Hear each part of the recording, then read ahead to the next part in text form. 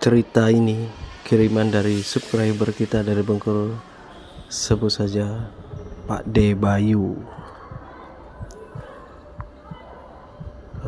Mengisahkan seorang Armando adalah seorang adik dari Rahman, kakak dari Armando.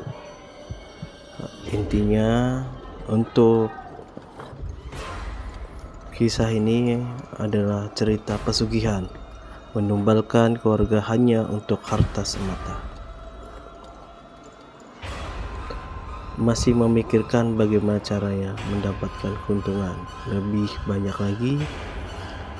Ia sudah memiliki satu perusahaan yang bergerak di bidang jasa pengiriman barang dan sawah yang luasnya mencapai 3 hektar.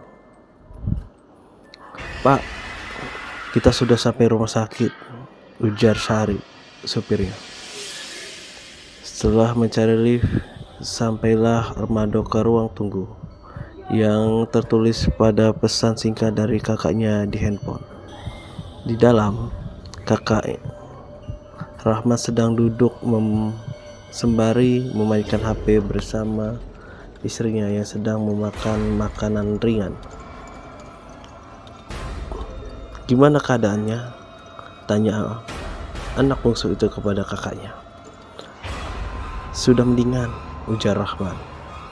Ayah Armando divonis gagal ginjal dan dilarikan ke rumah sakit 5 hari yang lalu.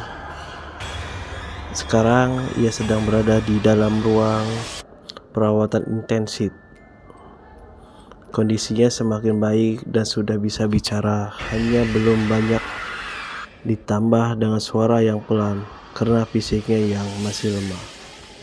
Rahman bahkan belum bisa bertemu dengan ayahnya secara langsung, hanya melihatnya dari kaca atau mendengar dari penuturan dokter. Karena waktu besok sudah berakhir, Armando tidak bisa menemui dokter untuk menanyakan ayahnya. Hanya saja ada sesuatu yang lain sedang ia pikirkan, yakni harta warisan. Ia tahu bahwa cepat atau lambat ayahnya akan meninggal dan semua harta kekayaan akan dilimpahkan ke kakaknya. Ia tidak ingin itu terjadi. Armando ingin mendapatkan lebih banyak harta peninggalan sang ayah. Itu semua hanya bisa terwujud jika ia menjadi seorang kakak atau keberadaan kakaknya yang sudah tidak ada lagi. Pilihan kedua yang terbesit di kepala kemudian ia pikirkan lebih jauh. Untuk menyingkirkan kakaknya, Armando tak mungkin menculik atau membunuh kakaknya, karena suatu saat polisi akan mencium kejahatan yang ia lakukan. Ia tidak namanya tercoreng karena tindakan kriminal yang ia lakukan. Di jalan pulang, ia memberikan sebuah cara yang membuat kakaknya menghilang tanpa harus menggunakan tangannya sendiri. Tak lama, ia teringat tentang Mbah Kojin. Ia langsung membuka HP dan membuat janji dengan Mbah Kojin untuk bertemu. Ucapan Mbah Kojin, "Kalau kamu yakin dengan apa yang kamu lakukan, saya siap membantu," ujar Mbah Kojin. Di hadapannya, Armando hanya bisa terdiam sambil menimbang-nimbang pilihan yang ia ambil. Mbah Kojin dikenal oleh kalangan pengusaha sebagai seorang dukun yang mampu mengabulkan permintaan lewat pesugihan.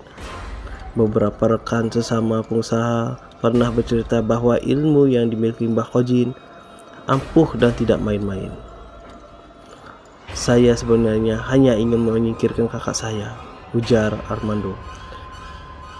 "Mau merebut harta warisan yang harusnya menjadi milik saya. Tapi jika pesugihan bisa mendatangkan kekayaan, saya ingin menjadikan kakak saya sebagai tumbal pertama.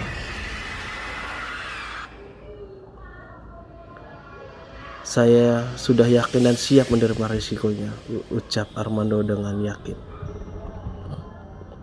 "Baiklah kalau begitu, Mbah Kojin. Kamu hanya perlu memberikan uang yang sudah kita bahas lalu. Kau bisa pulang dan menunggu hasilnya, ujar Mbah Kojin. Armando sebenarnya agak sedikit takut dengan Mbah Kojin.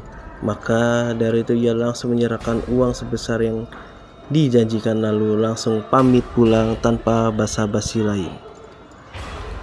Kabar duka masuk ke notifikasi handphone Armando.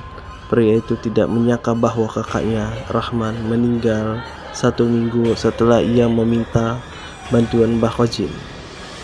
Mendapati kabar itu, Armando hanya tersenyum karena ia tahu bahwa harta warisan akan dilimpahkan kepadanya. Ia mengucapkan berbelasungkawa dan mencoba untuk terus menyemangati istri kakaknya meski tidak ada perasaan apapun kecuali rasa senang di dalam dirinya. Pesugihan yang dilakukan Armando pun mulai terlihat. Bisnis yang dimiliki Armando meningkat pesat dalam waktu 5 bulan saja.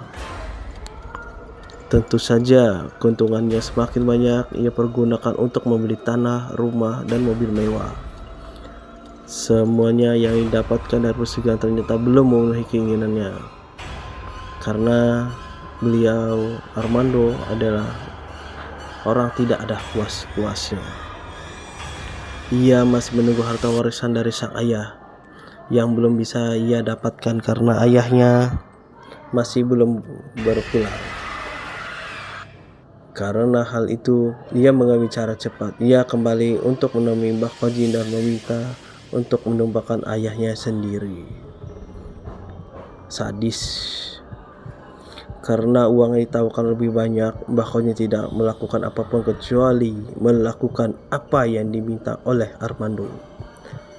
Berbeda waktu kematian kakaknya, ayahnya tiba-tiba meninggal dalam waktu 3 hari setelah ia menemui Mbah Kojin.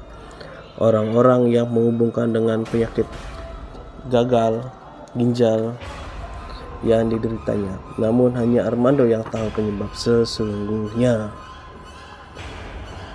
Harta warisan yang ditinggalkan ayahnya bukan hanya uang, tapi juga rumah 2 buah mobil mewah. Armando menjadi kaya raya. Dan sebuah pabrik makanan kaleng yang omsetnya bisa mencapai miliar rupiah dalam 1 bulan. Itu semua belum ditambah dengan hasil pesugihan pada usaha yang ia miliki. Orang-orang yang berpikir bahwa Armando adalah orang yang paling malang karena dalam waktu setahun ia sudah ditinggalkan oleh 2 orang keluarganya.